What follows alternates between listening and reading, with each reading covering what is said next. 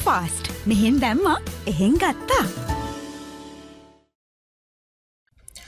ලොව පළමු test cricket තරගය පවත්වලා 2027 වසරට වසර 150ක් සම්පූර්ණ වෙනවා. එම සංවත්සනය වෙනුවෙන් ඕස්ට්‍රේලියාව සහ එංගලන්තය අතර විශේෂිත තරගයක් පවත්වන්නට මේ වෙනකොට කටයුතු සැලසුම් කරලා ඉතින්.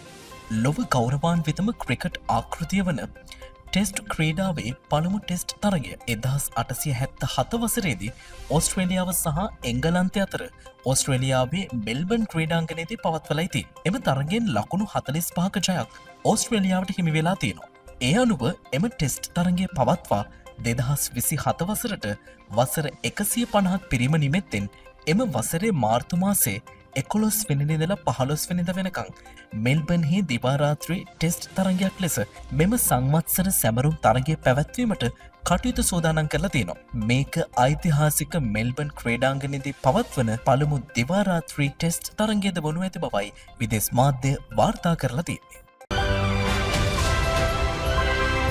ට්‍රාන්ස්ෆාස්ට් මෙහෙන් දැම්මා එහෙන් ගත්තා.